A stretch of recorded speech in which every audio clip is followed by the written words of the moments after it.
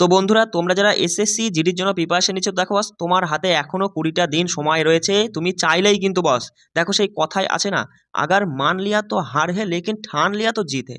যদি মনে করো যে হ্যাঁ আমি একটু ভালো করে একটু বেশি সময় দিয়ে জিকের পেছনে, দেখো তোমাদের মাঝে মানে কি বলবো, মানে অনেকেই মানে প্রায় 80% স্টুডেন্টই কিন্তু ম্যাথ ম্যাথ জিআই আর হিন্দি অথবা ইংলিশে কিন্তু পারদর্শী। এইগুলো কিন্তু তারা ভালো পারে, কিন্তু জিকেতে মার খেয়ে যায়। এবার এই জিকেতে দেখো, জিকেতে ভালো স্কোর করতে পারলেই কিন্তু বস তুমি বেরিয়ে যেতে পারবা। সেই জন্য আমি তোমাদের তোমাদের বলছি একটু আমার উপর ভরসা রেখে। তোমাদের তো বললাম যে 20টার মধ্যে 17 থেকে 18টা প্রশ্ন দেখবা, আমি তোমাদের তুলে দেবো, একটু একটু কষ্ট করে পড়ে নিতে হবে। তোমরা অনেকেই ভয় পাচ্ছ, তাই এত পিডিএফ আমরা কি করে পড়বো। দেখো এই যে যে বড় বড় পিডিএফ গুলো, যেমন এই যে তোমার হচ্ছে ভারতীয় এই যে উৎসবটা, এই উৎসবে এই দেখো দেখে নাও, এই যে পিডিএফটা, এটা দেখো, এটা 10টা পেজের পিডিএফ আছে। হ্যাঁ মানছি এগুলো বড় পিডিএফ, পড়তে তোমার টাইম লাগবে, ঠিক আছে। কিন্তু এইগুলো তো বস আমি তোমাদের হচ্ছে আগেই দিয়ে দিয়েছি, এগুলো তো তুমি আগেই পড়ে নিয়েছো, মুখস্থ করে নিয়েছো, এখন শুধু রিভিশন করবা। আর এই যে ছোট ছোট পিডিএফ গুলো যেগুলো তোমাদের দিলাম কয়েকদিন আগে, তাহলে এই যে যেমন জাতীয় আন্দোলন গুরুত্বপূর্ণ একটা ট্রফিক, এইটা যেমন কটা পেজ, দেখো 3-4টে পেজ আছে, 4টে পেজ। এগুলো কিন্তু তুমি চাইলেই কিন্তু বস, দেখো তুমি কিন্তু চাইলেই পারো পারো, ঠিক আছে। কারণ যেহেতু তোমার ম্যাথ প্লাস জিআই অথবা এদিকে হিন্দি ইংলিশ রয়েছে, এগুলো তোমার ভালো আয়ত্তে রয়েছে, তাহলে বাকিটা সময় তুমি দাও না। দেখো কোনো টাইম টেবিল ঠিক করো না যে আমি 3 ঘন্টাই পড়বো জিকে, তার বেশি পড়বো না, টাইম টেবিল ঠিক করো না, ঠিক আছে। একটা নির্দিষ্ট সময় সেট করে তোমাকে চললে হবে না। যতটা সময় পারবে ততটা সময় তুমি জিকের পেছনে দাও, দিয়ে এগুলো ভালো করে পড়ে নাও। আর আমি তোমাদের আরেকবার করে রিভিশন করিয়ে দেবো যে কোন কোন পয়েন্টগুলো গুরুত্বপূর্ণ, ইউটিউবেই আমি ক্লাস করে দেবো, সেগুলো কিন্তু অবশ্যই দেখে নিবা। আর যারা নতুন আমাদের টেলিগ্রামে অ্যাড হয়েছে, তোমরা কিভাবে পড়বা আমি দেখো বলে দিচ্ছি, কতটা কিভাবে পড়বা সব কিছুই আমি বলে দেবো, অসুবিধা নেই। আর যারা আমাদের টেলিগ্রামে যুক্ত হতে চাও, দেখো আমি পরপর সাজিয়ে দিয়েছি কারেন্ট অ্যাফেয়ার্সের জন্য। তোমাকে এর বাইরে কিছু পড়তে হবে না। দেখো এখানে 50টা এমসিকিউ আছে, বুঝতে পারছো, এগুলোই 25টা করে এমসিকিউ আছে, এখানে 25টা, এখানেও 25টা, ঠিক আছে। হ্যাঁ, এখানেও 25টা রয়েছে। এই জায়গাটায় দেখো, এই পিডিএফটার মধ্যে রয়েছে গুরুত্বপূর্ণ 200টা কারেন্ট অ্যাফেয়ার্স, সেটা তুমি পড়বেই অবশ্য। তার সাথে দেখে নাও আমি কিছু গুরুত্বপূর্ণ টপিক তুলে দিয়েছি, যেমন তোমার হচ্ছে কেন্দ্রীয় বাজেট, এশিয়ান গেমস, অলিম্পিক, প্যারা অলিম্পিক, ঠিক আছে, ভারতরত্ন। এই কটা গুরুত্বপূর্ণ টপিক তোমাকে পড়ে নিতে হবে, কারণ এবারে প্যারা অলিম্পিক আর অলিম্পিক কিন্তু দারুণ গুরুত্বপূর্ণ। এগুলো কিন্তু তুমি অবশ্যই পড়ে মুখস্থ করে নেবা কারেন্ট অ্যাফেয়ার্সের জন্য, আর বাইরে কিছু পড়তে হবে না, এগুলোই তুমি এই 20টা দিনের মধ্যে পড়ে রিভিশন করো। দেখো গুরুত্বপূর্ণ কিছু জিকে ট্রফিক রয়েছে, যেমন তোমার ভারতের বিভিন্ন উৎসব মন্দির, এটা তুমি পড়বে। ভারতের শাস্ত্রীয় নৃত্য, লোকনৃত্য, এটা তোমাকে পড়তে হবে। দেখো এই যে এই জায়গাটা, এই পিডিএফে অনেকে ফেসে যাচ্ছে যে বিভিন্ন পুরস্কার প্রাপকদের তালিকা, এখান থেকে পরীক্ষায় প্রশ্ন তো একটা হবেই, কিন্তু এত সাল কিভাবে মুখস্থ করবো আমি একটা ক্লাসের মাধ্যমে বুঝিয়ে মানে বলে দেবো, কোন কোন মানে ডেটের বা কোন কোন ব্যক্তি যারা শাস্ত্রীয় নৃত্যের সঙ্গে যুক্ত পদ্মশ্রী, পদ্মবিভূষণ পুরস্কার বা মানে পদ্মভূষণ, পদ্মবিভূষণ পেয়েছেন, তারা কারা বেশি গুরুত্বপূর্ণ, তাদেরগুলোই সালগুলো তুমি মাথায় রাখবে। সব সাল তো মুখস্থ করা সম্ভব নয়, সেটা আমি বুঝিয়ে দেবো, ঠিক আছে। যেমন আদমশুমারি, দেখো এই টপিকটা থেকে পরীক্ষায় প্রশ্ন আসে। অর্থনীতি থেকে আসে, ভারতের সংবিধান, দেখো একটা সংবিধানের একটা ক্লাসের মধ্যেই কিন্তু আমি সমস্ত কিছু দেখো তোমাদের তুলে দিয়েছি, ঠিক আছে। একটু একটু কষ্ট, এইটাই কেবল বড় বড় সব থেকে বড় পিডিএফ, 18 পেজ রয়েছে। এইগুলো কিন্তু পড়তে যেমন গণপরিষদ সম্পর্কে তুলে দিয়েছি তোমাদের। তারপরে রয়েছে দেখো বিভিন্ন অংশ বা পার্ট, মৌলিক অধিকার রয়েছে, মৌলিক কর্তব্য রয়েছে, তারপরে সংবিধান তৈরিতে কোন দেশ থেকে কী নেওয়া হয়েছে, গুরুত্বপূর্ণ ধারা রয়েছে। তারপরে দেখো হচ্ছে তোমার এই সংবিধান সংশোধনটা রয়েছে, ঠিক আছে। এরপরে দেখো তপশিল রয়েছে, তপশিল থেকে এবার তারপরে দেখো টিসিএস এর করা গুরুত্বপূর্ণ প্রশ্নগুলো আমি তুলে দিয়েছি, 72টার মতো প্রশ্ন রয়েছে, এগুলো পড়ে নিতে হবে। বিষয়টা বুঝতে পারছো, এইভাবে কিন্তু তোমাকে এইগুলো কিন্তু পড়তে হবে। আর এগুলো কিন্তু আমি আগেই দিয়ে দিয়েছি, বড় বড় পিডিএফগুলো আগেই তোমাদের দিয়ে দিয়েছি, সেগুলো পড়ে নিবা। এবার এই যে যেমন দেখো, এই যে এই টপিকগুলো যোজনা বা প্রকল্প, এগুলো কিন্তু এত সাল মুখস্থ করা কিন্তু সম্ভব নয়। আমি তোমাদের রিভিশনের মাধ্যমে দেখিয়ে দেবো যে তুমি কোন কোনগুলোর উপর বেশি জোর দেবা। খেলা সম্পর্কীয় তথ্য, এখান থেকে কিন্তু প্রশ্ন আছে। পঞ্চবার্ষিকী পরিকল্পনা, পঞ্চায়েতি রাজ ব্যবস্থা, তারপরে তোমার হচ্ছে গুরুত্বপূর্ণ হ্রদ, ভাষা, বিশ্ব সংস্থা, তারপরে জাতীয় কংগ্রেস, ভারতীয় জাতীয় কংগ্রেস, বিপ্লব থেকে আসে, পদ্মভূষণ পুরস্কার থেকে আসে, জাতীয় আন্দোলন থেকে আসে, ঠিক আছে। এই যে 25টা টপিক, এই 25টা টপিকের মধ্যে দেখো আমি বলে দিয়েছি যেগুলো তোমার বেশি গুরুত্বপূর্ণ সেগুলো তুমি পড়বা। হ্যাঁ, তারপরে দেখো এই যে গুরুত্বপূর্ণ গুহাচিত্র, সিন্ধু সভ্যতা থেকে আসে, তারপরে সঙ্গীত নাটক একাডেমি পুরস্কার প্রাপক, মধ্যযুগীয় ভারত, পরপর সাজিয়ে দিয়েছে। এইগুলোই তুমি এই 25টা গুরুত্বপূর্ণ টপিকের মধ্যে যেগুলো তুলে দিচ্ছে এগুলো পড়ে নিবা। তারপরে দেখো রয়েছে, আমি বলেছিলাম তোমাদের 50টা ক্ষুদ্র ক্ষুদ্র 50টা ক্যাপসুল আমি তোমাদের দেবো, যেখানে এক একটা টপিক আমি তুলে দেবো। এবার দেখো তার মধ্যে এখানে দেখো 17টা মতো ক্যাপসুল দেওয়া আছে, 17টা আমি আরও গুরুত্বপূর্ণ 17টা টপিক আমি তুলে দিয়েছি। আর আমি যাচাই করে দেখলাম যে আর সব টপিকগুলো মানে এতটাই ছোট হচ্ছে, এক পেজও হচ্ছে না। সেই জন্য আমি ভাবছি যে তোমাদের ওই পিভিআরসিআরসি দেখো এক মিনিট দেখে নাও, 2023-এ আর 24-এ যে এক্সামটা হয়েছে সেখানকার যে পিভিআরসি প্রশ্ন, সেগুলো আমি রিভিশনের মাধ্যমে করিয়ে দেবো একটু সময় নিয়ে, ঠিক আছে? সেগুলো তুমি একটু করে নিবা।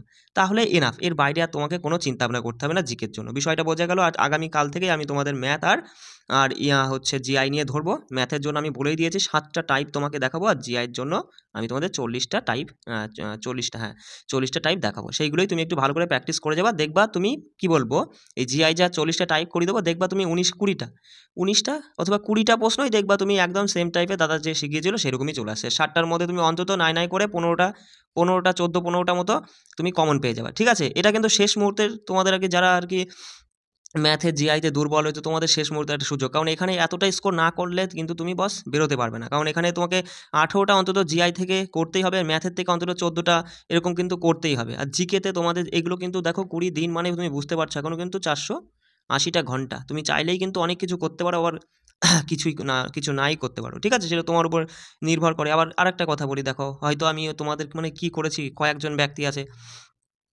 মানে কি বলবো, হয়তো খারাপ কমেন্ট করে তারা, ঠিক আছে? তাদের কি ক্ষতি করেছি আমি নিজেও জানি না, ঠিক আছে? তোমাদের কাছে যদি আমি তাও তোমরা যদি আমার এই ক্লাসটা দেখো, আমি তোমাদের কাছ থেকে ক্ষমা চাইছি যদি আমার কোনো রকমের কোনো অসুবিধা ভুল হয়ে থাকে, ঠিক আছে? তাহলে কিছু মাইন্ড করো না, ঠিক আছে? চলো।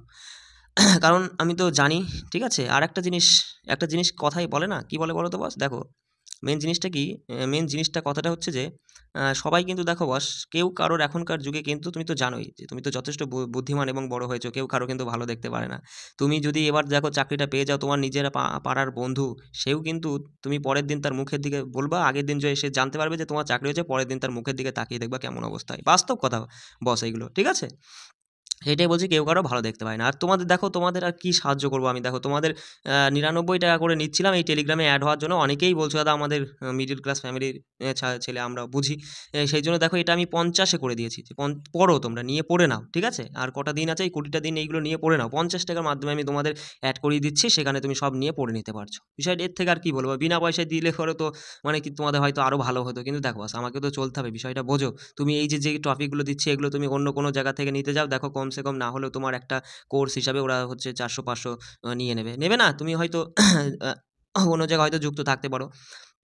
তার সাথে আমি তোমাদের প্রিভিয়াস এর প্রশ্নগুলোও হচ্ছে আলোচনা করিয়ে দেবো, ঠিক আছে? অসুবিধা নেই। তুমি এইগুলোই যা দিচ্ছি এগুলোই ভালো করে পড়ো। এর মধ্যে আমি দেখো, এর মধ্যে আরেকটা কথা বলি, তোমরা যারা মানে কি বলবো, যাদের মাথায় কিছু রাখতে পারো না, মানে কি বলবো, মানে যারা বেশি জিকে মুখস্থ করে রাখতে পারো না, তোমাদের জন্য বলবো, তোমরা যদি দেখো মোটামুটি তোমাদের একটা পোস্ট একটা চাই দাদা, সেরকম আমাদের একটা পারফরমেন্স করতেই হবে।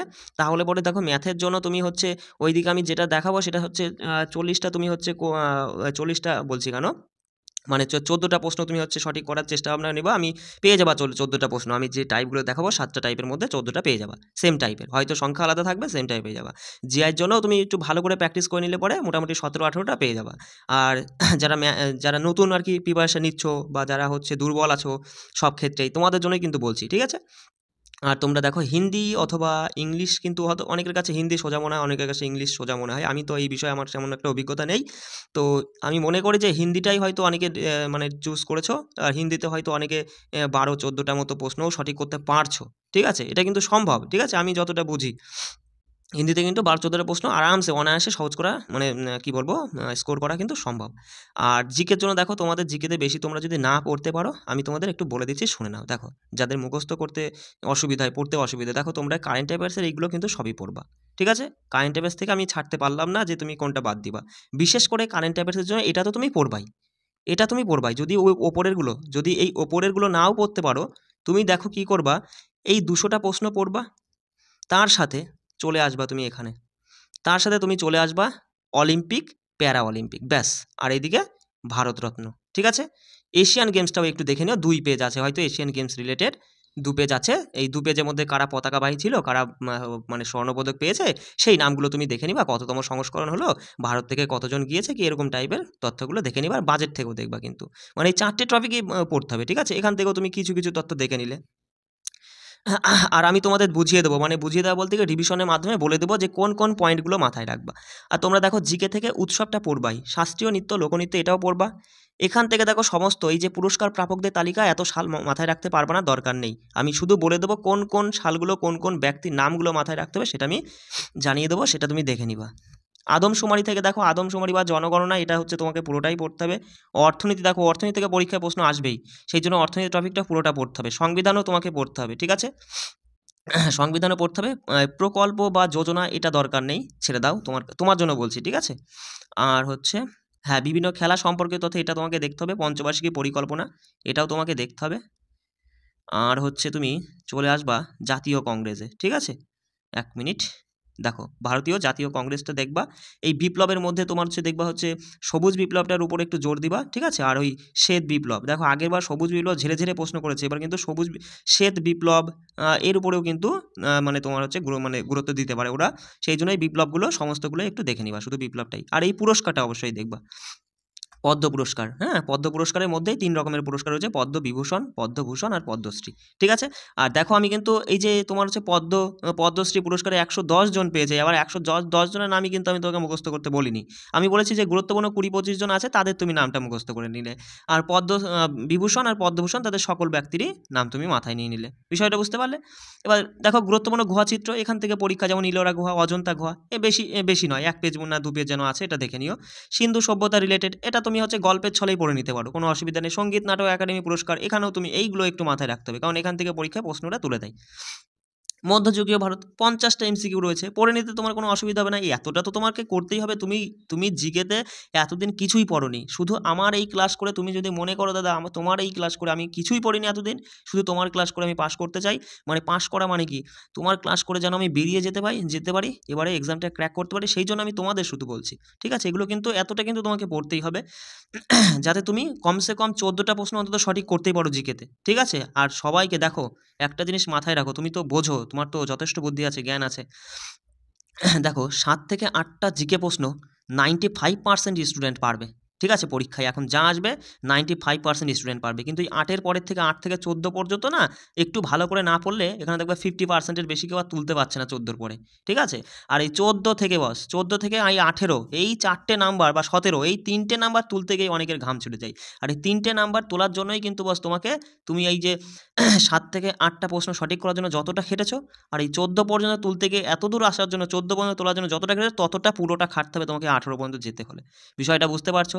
সেই জন্য তোমাকে দেখো এই ১৮, ১৭, ১৮টা পারার জন্য তোমাকে এই টপিকগুলো সব পড়তে হবে। তার সাথে প্রিভিয়াস ইয়ারের প্রশ্নগুলো আমি দেখো রিভিশনের মাধ্যমে করিয়ে দেবো, সেগুলো কিন্তু তোমাকে করতে হবে। আর হ্যাঁ, সেটা গেল। আর যাদের আমি কথা বলছিলাম, যাদের কথা বলছিলাম, যারা জিকেতে দুর্বল, মাথায় রাখতে পারো না, তোমরা কি করবা, দেখো এখানে ক্ষুদ্র এই ক্যাপসুলগুলো একটু দেখে নিবা। এখানে দেখো বেশি নয়, এক একটা ক্যাপসুল ২৫টা করে এমসিকিউ রয়েছে, আর ২-১টা ক্যাপসুলে ২ পেজ ১ পেজ করে রয়েছে, সেগুলো তুমি একটু দেখে নিলে, এগুলো কিন্তু তুমি দেখে নিবা। ব্যাস, এই ক্যাপসুলগুলো সবগুলোই ১৭টা আছে, ১৭টাই দেখে নিবা। এর বাইরে আর চিন্তা করতে হবে না। আর আমি দেখো ২-৩টে ক্লাসের মাধ্যমে প্রিভিয়াস ইয়ারের প্রশ্নগুলো সব রিভিশন করিয়ে দেবো, মানে যেগুলো ইম্পর্টেন্ট সেই রিলেটেড তথ্যগুলো আমি একটু রিভিশন করে দেবো। ইম্পর্টেন্ট মানে কি, যেমন দেখো কোনো একটা প্রশ্ন হচ্ছে ভারতের সংবিধান থেকে এসেছে, সেটা তো আমরা সংবিধানে করে নিয়েছি, ওই প্রশ্ন আমি আর তুললাম না। বিষয়টা বুঝতে পারলে? মানে যেগুলো হচ্ছে আনকমন পরীক্ষায় এসেছে, সেগুলোই কিন্তু আমি তুলে তোমাদের রিভিশন করে দেবো। এইগুলোই করে যাও, ঠিক আছে? অসুবিধা নেই, ভালো করে পড়ে এইগুলোই পড়ে রিভিশন করো। আর হ্যাঁ, তোমাদের যাদের কথা বলছিলাম, যারা নতুন টেলিগ্রামে অ্যাড হতে চাও, তোমাদের দেখো টেলিগ্রামে অ্যাড হতে গেলে আমি তো বলেই দিলাম যে ৯৯ এর বদলে তুমি এখন ৫০ টাকার বিনিময়ে অ্যাড হতে পারো, ঠিক আছে?